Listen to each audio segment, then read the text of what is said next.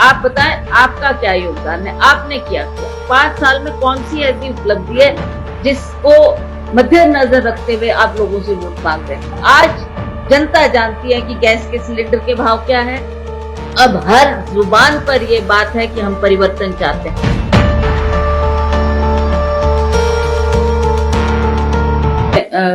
अवश्य माननीय मुख्यमंत्री जी ने भी ये बात कही होगी कि हम रिपीट करेंगे, दोबारा सरकार को बनाएंगे।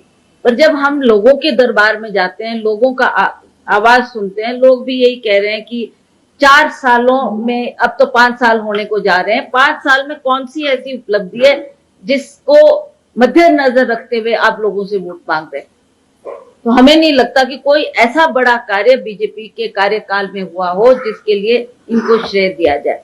दूसरी बात यह है कि इन्होंने जो पिछली सरकार के द्वारा, और खास करके जब माननीय वीरभद्र सिंह जी मुख्यमंत्री थे, उन्होंने कई काम शुरू किए थे जिसका विधिवत रूप से उद्घाटन नहीं हो पाया। तो इस सरकार ने ज्यादातर उन्हीं कामों का विधिवत रूप से उद्घाटन भी किया है, और पैसा भी पिछली सरकार ने दिया था। और ये जो भी काम इन्होंने लोगों को अर्पित किए हैं वो पिछली सरकार के द्वारा किए गए, लोग भी जानते हैं इस बात को। तो हम तो बार बार उनसे ये प्रश्न करते रहे कि आप बताएं आपका क्या योगदान है, आपने क्या किया। जैसा अभी यहाँ पर कहा गया कि बेरोजगारी का एक बहुत बड़ा प्रश्न है, महंगाई का एक बहुत बड़ा प्रश्न है हमारे सामने। इसके बारे में ना माननीय प्रधानमंत्री जी चर्चा करते हैं, ना इस विषय पर कुछ कहा जाता है।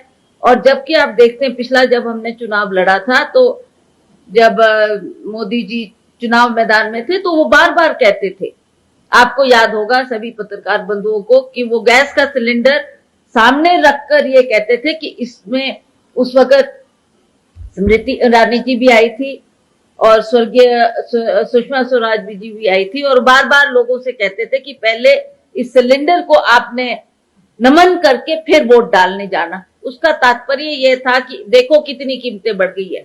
450 रुपए का गैस का सिलेंडर हुआ करता था, जिसको उन्होंने कहा कि हमारी सरकार बनेगी तो अवश्य हम इन कीमतों को कम करेंगे। और आज जनता जानती है कि गैस के सिलेंडर के भाव क्या है। हमारा आपने महंगाई को कम किया, ना आपने वो गैस सिलेंडर का चिंतन किया जिसके बारे में आप बार बार हर मंच से इसका जिक्र करते थे।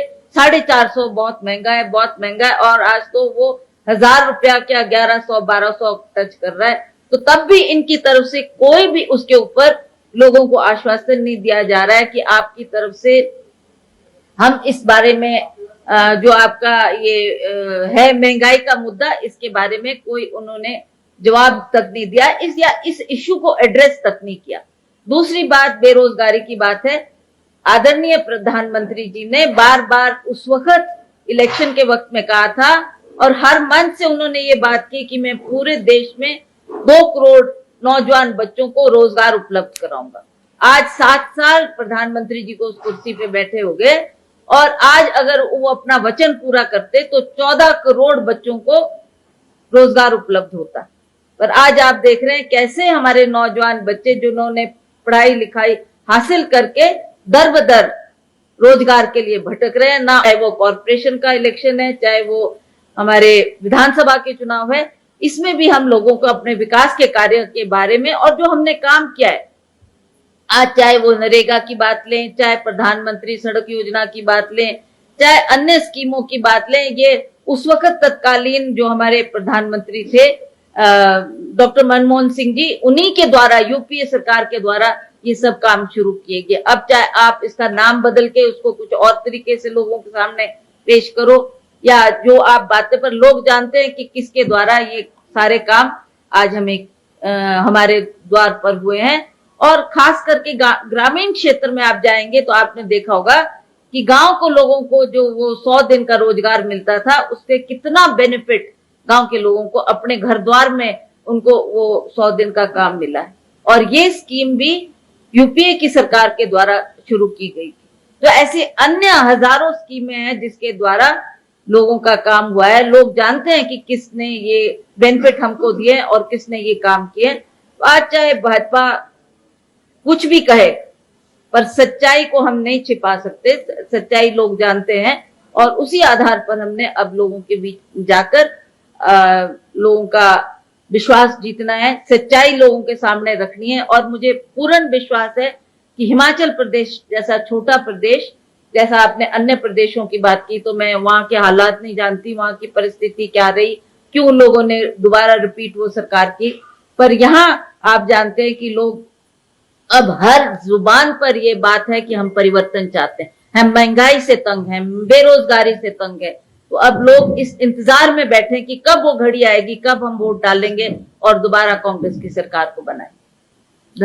मंडी लोकसभा के मुद्दों पर कांग्रेस भाजपा और आपके बीच बड़ी बहस। दिनांक 25 अप्रैल साढ़े 4 बजे से स्थान शेरी मंच मंडी। लाइव प्रसारण फेसबुक, यूट्यूब और ट्विटर पर एक साथ, जहां जनता का पक्ष रखेंगे मनोज ठाकुर और मुकुल देव वृक्षपति। डिबेट के बीच ऑनलाइन वोटिंग और जनता को सवाल पूछने का मौका। ज्यादा जानकारी के लिए संपर्क करें